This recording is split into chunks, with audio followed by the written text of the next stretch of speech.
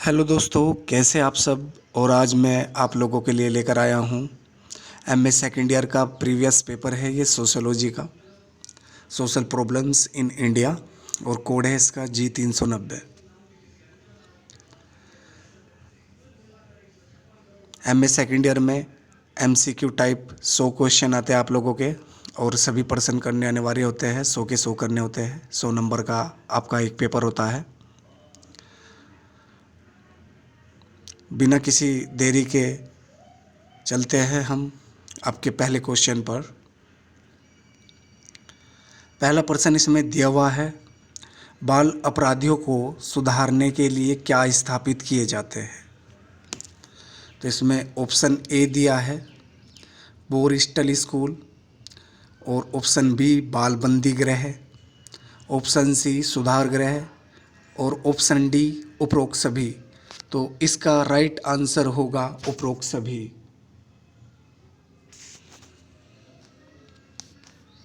प्रश्न नंबर 2 है, निम्न में से किसने बाल अपराध के सिद्धांत को 3 श्रेणियों में विभाजित किया है। ऑप्शन ए दिया हुआ है Don C Gibbons, B Taft, C Cressey, या डी सदरलैंड। तो इसका राइट आंसर होगा हमारा option A Don C Gibbons. Next question है, भारत के किस राज्य में सर्वप्रथम बोरिस्टल स्कूल की स्थापना हुई। Option A Rajasthan, option B Tamil Nadu, या ऑप्शन सी उत्तर प्रदेश, या फिर बिहार। तो इसका राइट आंसर होगा हमारा तमिलनाडु। ऑप्शन बी इसका सही होगा। नेक्स्ट क्वेश्चन है, फोस्टर होम में किसे रखा जाता है। ऑप्शन ए बाल अपराधी, ऑप्शन ए अपराधी, बी श्वेतवसन अपराधी, सी बाल अपराधी, या डी इनमें से कोई नहीं। तो इसका राइट आंसर होगा बाल अपराधी। ठीक है, फोस्टर होम में बाल अपराधियों को रखा जाता है। पांचवा है इसमें, बोरिस्टल स्कूल के जन्मदाता कौन है। तो इसमें ऑप्शन ए दिया हुआ है मर्टन, बी ब्राइस, सी क्रेसी, और डी सेथना। तो इसका जो राइट आंसर होगा वो होगा हमारा ब्राइस। बी ऑप्शन का सही होगा। नेक्स्ट है, उत्तर प्रदेश में प्रथम बाल बंदी गृह कहाँ खोला गया। ए बरेली, बी आगरा, सी मेरठ, या ऑप्शन डी कानपुर। तो इसका जो राइट ऑप्शन होगा, राइट आंसर होगा वो होगा हमारा ए ऑप्शन बरेली। ठीक है, प्रथम बाल बंदी गृह कहाँ खोला गया था, बरेली। आगे बढ़ते हैं। 7वां प्रश्न है इसमें, किसने कहा कि बाल अपराध निरोध में पारिवारिक संगठन का विशेष महत्व है। इसमें option A Sutherland, B Sethna, C Taft, और डी फेरी। तो इसका राइट आंसर होगा हमारा सेथना। ऑप्शन बी इसका राइट होगा।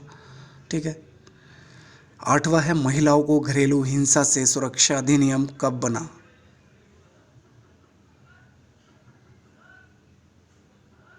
तो इसका राइट आंसर है बी, ऑप्शन बी है 2005। और अगला है इसमें, हम अंतर्राष्ट्रीय महिला दिवस कब मनाते हैं। तो इसका आंसर होगा 8 मार्च। ऑप्शन ए इसका राइट है। 10वां है, गिब्बन ने किस पुस्तक में भ्रष्टाचार की परिभाषा दी। तो इसका राइट आंसर होगा decline and fall of Roman empire.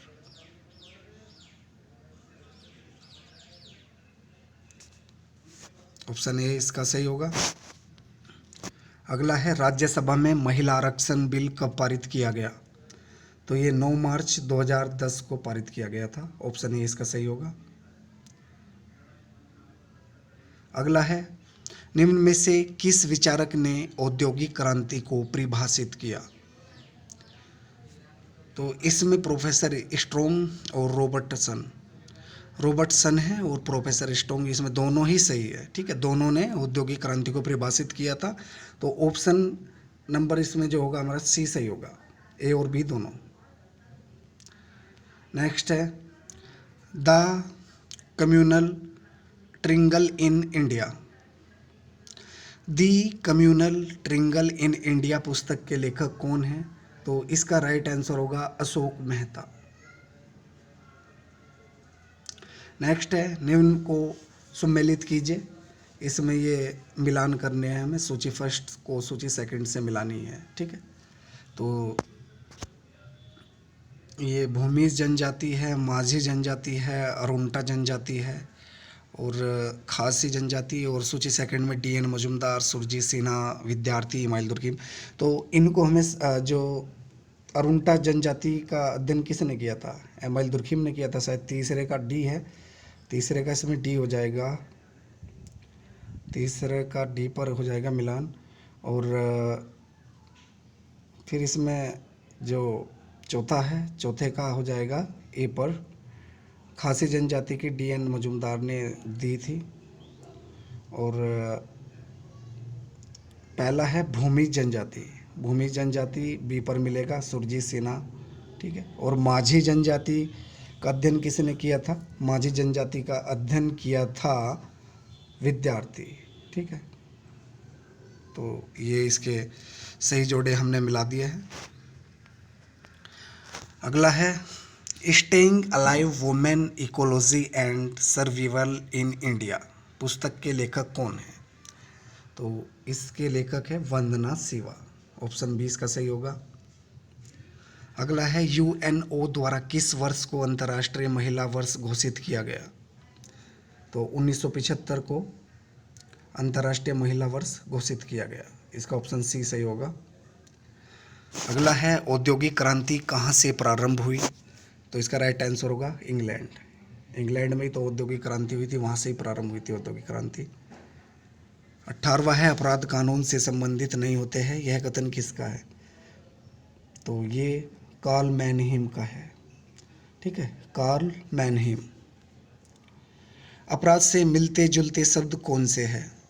तो इसमें ऑप्शन दिया दुराचार, बी अनैतिकता, सी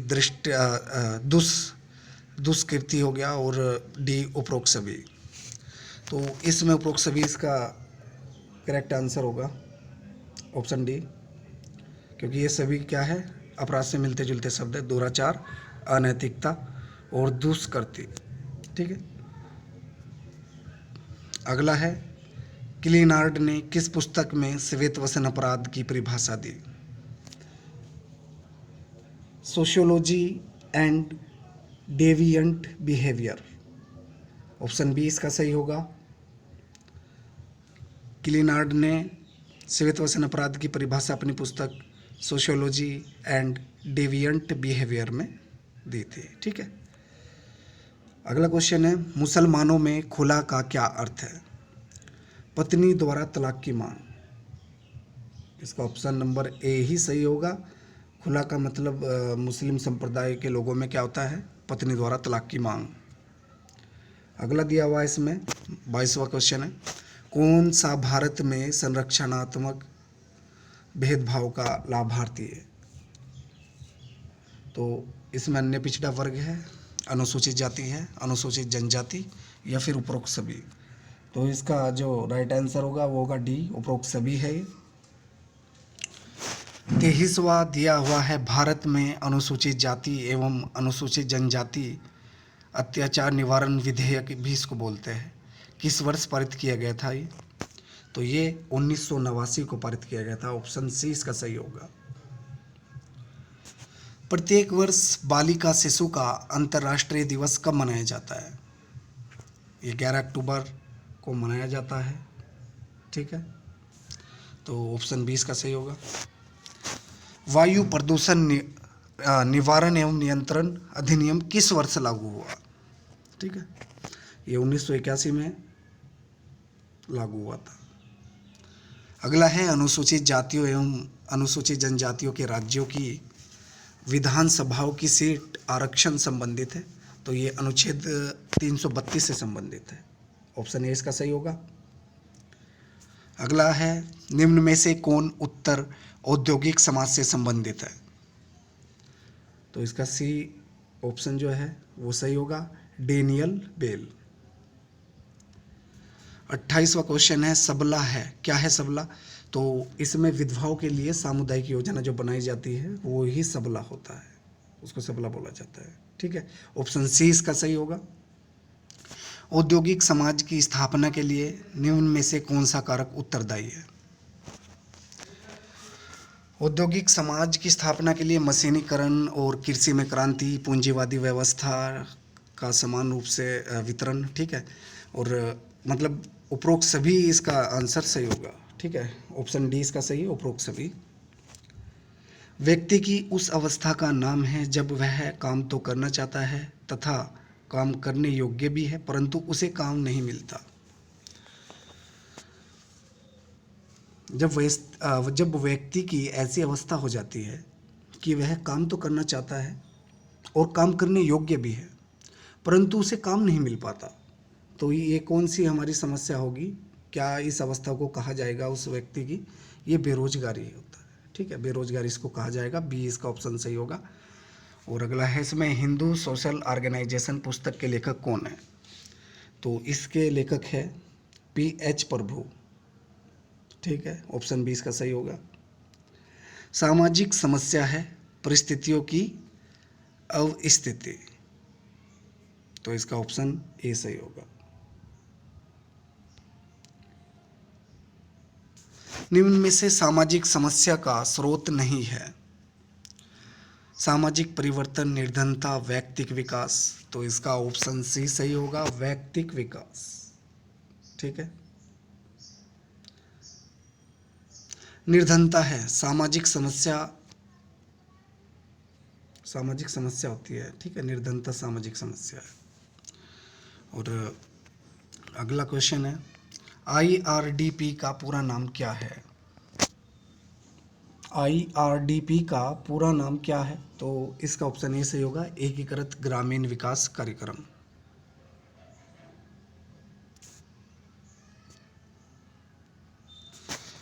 अगला है, निम्न को सम्मिलित कीजिए।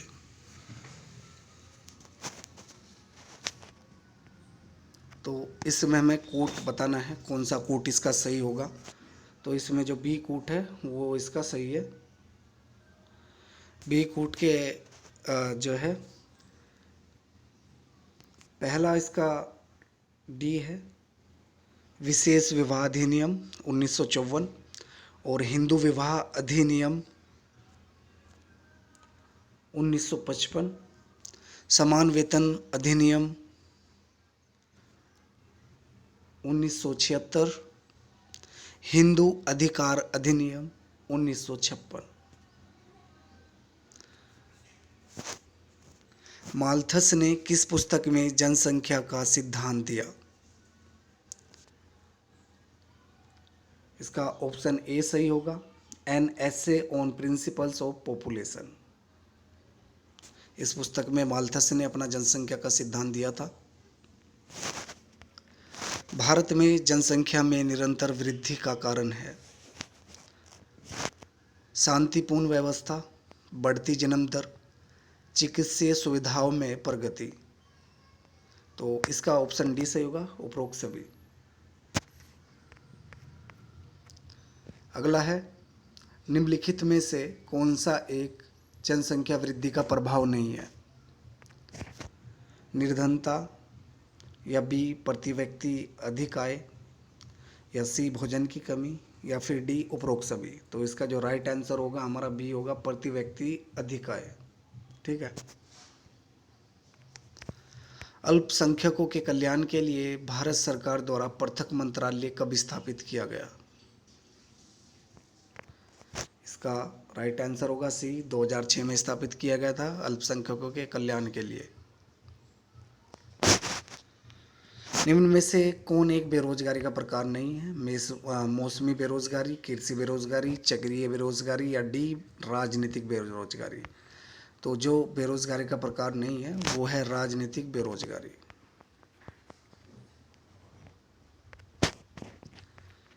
बेरोजगारी के क्या प्रभाव है?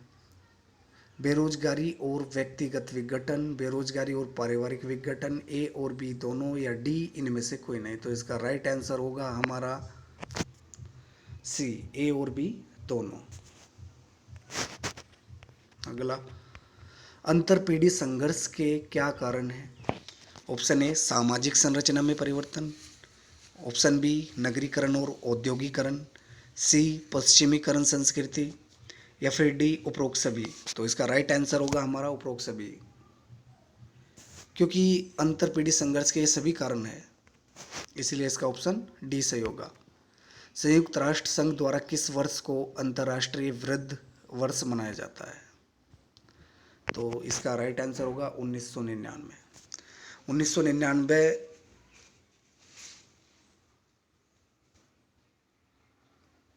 राष्ट्रीय संघ द्वारा किस वर्ष को अंतर्राष्ट्रीय वृद्ध वर्ष मनाया जाता है? 1999 को मनाया जाता है। राष्ट्रीय पर्यावरण नीति कब प्रारंभ की गई? तो इसका राइट आंसर होगा 2006। अगला है 46वां, कन्या भ्रूण हत्या छेड़छाड़ उदाहरण है। तो ये क्या होगी? एक सामाजिक हिंसा होगी।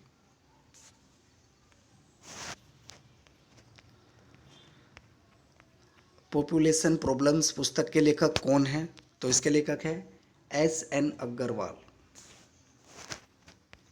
निम्न में से कौन सा बेरोजगारी के व्यक्तिगत कारक है? तो बेरोजगारी के कौन कौन से कारक होते हैं? ए इसमें दिया हुआ है आयु, बी बीमारी, और सी व्यावसायिक अयोग्यता, या डी ऑप्शन है उपरोक्त सभी। तो इसका उपरोक्त सभी ही सही होगा।